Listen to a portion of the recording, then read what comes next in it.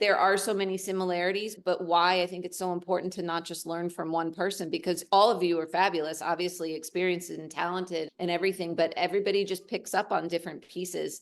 And gosh, to be in a position to put all those pieces together is It's the overwhelming and future. amazing. I'm It's the trigger future. stacked. I'm trigger It, stacked. it's the future. When you see me go, oh shit, okay, what you're talking about, and I try to like connect it to my point of view and what I do, it's the beginning of the new generation of trainers, what I'll call an Omni trainer, where let's just say you learn from Kim Brophy, you learn from me, you learn from Joe Rose, you learn from all these people, and let's just say fast forward 7 years from now, you go to create a community.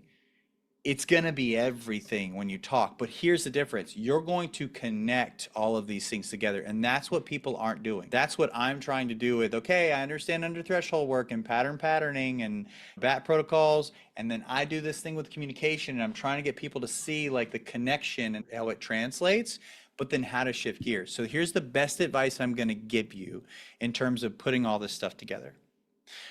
The real difference in the spectrum of trainers in virtually anything that we do in behavior mod. I'm not a sport trainer, I only do behavior mod.